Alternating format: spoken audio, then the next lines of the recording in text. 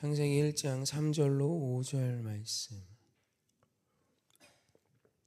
함께 합독하기 원합니다. 하나님이 이르시되 빛이 있으라 하시니 빛이 있었고 빛이 하나님 보시기에 좋았더라. 하나님이 빛과 어둠을 나누사 하나님이 빛을 낮이라 부르시고 어둠을 밤이라 부르시니라. 저녁이 되고 아침이 되니 이는 첫째 날이니라. 아멘. 사랑하고 축복합니다. 계속해서 우리는 천지창조를 통해 창조의 섭리, 창조의 하나님의 창조하심 속에 숨어있는 하나님의 굉장히 중요한 기준과 가치들을 알아가고 있습니다. 오늘은 나누심이에요. 나누심. 빛이 하나님 보시기에 좋았더라. 그리고 하나님이 빛과 어둠을 나누십니다. 이것이 창조에는 굉장히 자주 반복됩니다. 총 3번을 나누세요. 빛과 어둠을, 하늘 위의 물과 땅의 물을, 땅과 바다를 나누십니다. 우리말 나누다로 번역된 히브리어가 빠짜인데 이것을 구별해내는 거예요.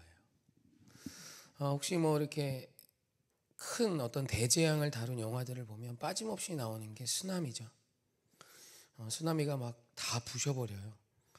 그래갖고 2012인가 거길 보면 물이 막 잠겨 죽는 게 아니라 노아의 홍수도 이게 물이 급격하게 많아지면 물로 다 부서져 죽는답니다. 우리는 이제 노아의 홍수 때 수장돼 죽었을 거라고 생각하지만, 물론 수장돼 죽은 사람도 있겠지만 대체적으로 대부분은 물이 흘러가면서 다 부신대요. 그만큼 무섭죠. 너무 무섭죠. 인간이 감당할 수 없는 거죠. 바다가 자기의 영역을 넘어서서 하나님이 나눠놓은 경계를 조금만 벗어나도 재앙이라고 부릅니다. 여러분, 이것이 굉장히 중요한 섭리예요. 하나님이 이 세상을 아름답게 지으시기 위해 하신 것이 뭐냐면 빠짜입니다. 여기까지가 너의 자리다. 여기부턴 너의 자리고 여기와 여기는 저의 자리고 그의 자리다. 그리고 하나님이 내게 주신 그 자리를 지키는 것. 여러분, 이것이 대자연의 섭리고 하나님이 이 세상을 이끄신 하나님의 법칙이에요. 그런데 마음 아프게도 사람은 이 영역에 대한 관리가 안 됩니다. 빠짜가 사라지고 있어요. 내 자리, 내 영역 너머를 늘 간섭하기 좋아하고, 사실 우리가 대부분 어떤 공적인 공인들에 대한 이야기들은 우리가 아는 게 하나도 없습니다. 사실 대부분 소설이에요. 그런데 그런 것들을 진지하게 받아들이며 내가 알 수 없는 것들에 대한 정확한 판단과 정의가 있는 것처럼 비난과 비판이 많죠. 여러분, 복잡한 게 아닙니다. 지혜로운 아내가 되는 건 아내의 자리가 무엇인지를 묵상하는 것부터예요. 아내의 역할이 무엇인가? 내 남편이 나한테 이렇게 해야지 그의 몫이에요. 사실 우리는 늘 그걸로 싸웁니다. 바다가 맨날 땅을 지적하는 거죠. 너 왜 이렇게 했어? 아니죠. 바다가 바다일 수 있는 힘은 내가 바다로서의 역할을 내 자리에서 지켜내고 있는지를 묵상하는 거예요. 여러분, 이것이 굉장히 중요한 창조의 섭리입니다. 여러분의 자리가 어디십니까? 고민하지 않으면 몰라요. 그냥 되는 대로 삽니다. 오늘 하나님이 나에게 허락하신 곳이 어디인가? 이스라엘 백성에게 하나님께서 땅을 차지하라고 명하셨어요. 너무 좋죠? 우리가 상상도 할 수 없는 너무 넓은 가나안 땅이에요.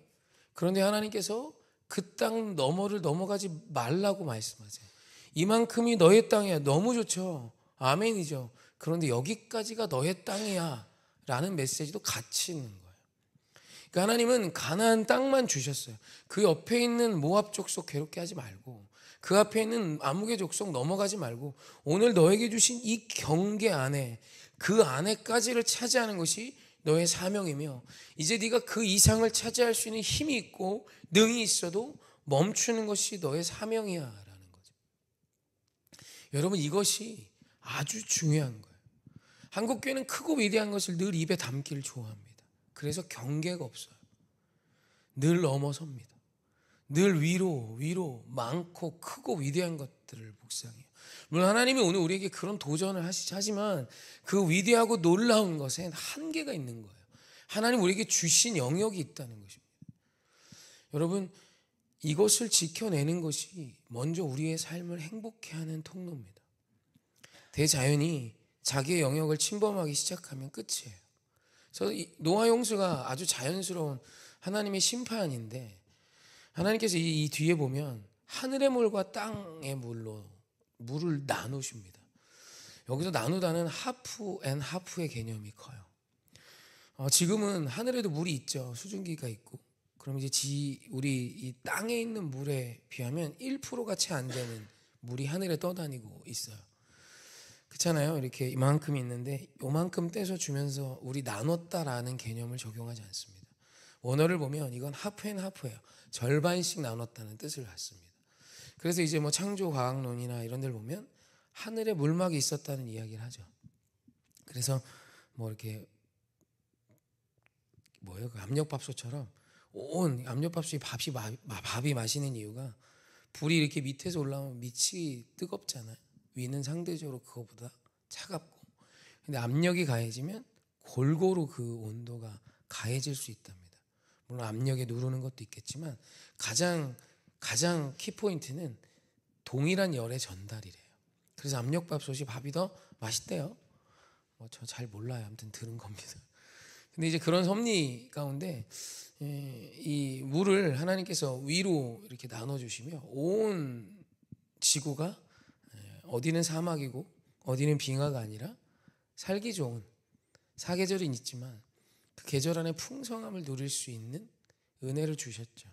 노아의 홍수가 시작되면서 하나님이 명하신 건 하늘의 궁창에서 물이 쏟아지게 하셨어요. 그죠? 땅 아래서도 지하수가 올라왔지만 위에서 물이 구멍이 뚫려서 쏟아집니다. 그러니까 지금의 지구가 된 거죠. 그런 이야기를 합니다. 물론 이건 우리가 증명할 수 없는 거고 말씀을 기반으로 추론합니다. 그래서 뭐 그랜드 캐니언 같은 게 물이 흘러갔던 흔적이라고 이야기하죠. 창조과학론에선. 하나님께서 이렇게 나눠 놓으셨어요.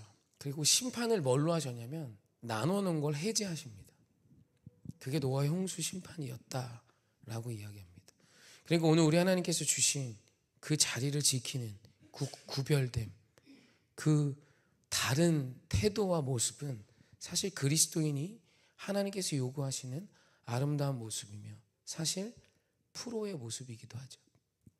전 축구를 좋아하는데 감독이 선수를 볼 때 개인적으로 아무리 잘해도 A급 선수라고 명하는 선수들은 전술을 이해하고 감독이 원하는 역할을 수행할 수 있는 선수랍니다. 혼자서 아무리 잘해도 예전에 TV에서 현정화 선수가 탁구 감독을 하는데 A급 선수가 뭡니까? 그랬더니 탁구를 아무리 잘 쳐도 A급이라고 부르지 않습니다. 최고 하이엔드급의 선수는 감독이 말하는 요구를 자기가 플레이를 하면서 실제로 구현해 낼 수 있는 선수랍니다. 그러니까 그게 진짜 좋은 거예요. 내 마음대로 내 식대로 잘 치는 게 아니라 전술이 있대. 특히 복식, 축구 같은 경우는 11명이 뛰니까 너무 많은 전술이 나오죠. 그래서 최고 감독이 선호하는 선수, 그런 선수는 혼자 잘하는 선수가 아니라 혼자 막 경기를 찢었다 뭐 이런 표현 하잖아요. 우리는 그런 걸 좋아해요. 막 그런 멋진 선수. 그러나 감독은 그게 아니라 내 전술에 부합하고 내 전술을 이해하고 내가 요구하는 것들을 그 역할을 자기의 지역에서 수행해 낼 수 있는 선수를 좋아한대요. 그것이 굉장히 중요한 거랍니다. 여러분, 오늘 우리 인생에서도요 A급이 돼야 해요. 그건 나의 존, 내게 허락하신 자리를 하나님이 내게 떼어주신 그 자리를 인식하며 그곳에서 해야 할 역할을 하며 그곳 너머를 넘어가지 않을 수 있는 힘을 갖는 자입니다. 오늘 여러분의 언어는 구분되어 계십니까? 오늘 여러분의 삶의 모습은 하나님이 내게 주신 그 자리를 지키고 계십니까? 오늘 여러분의 사고의 지경은 주님이 내게 주신 그곳을 먼저 생각하고 계십니까? 여러분, 이건 고민하고 생각해야 할 수 있는 것입니다. 하나님은 그렇게 아름다운 세상을 지어 가셨습니다. 아름다운 우리의 삶이 되기 원하신다면 여러분 인생에 하나님이 허락하신 자리를 먼저 아셔야 합니다. 그리고 그곳에서 최선을 다해 내 역할을 감당하십시오. 그게 능력이고 지혜이며 오늘 우리의 삶을 아름답게 바꿔갈 수 있는 하나님이 창조를 통해 우리에게 선포하여 주시는 아주 아름다운 놀라운 능력입니다. 할렐루야.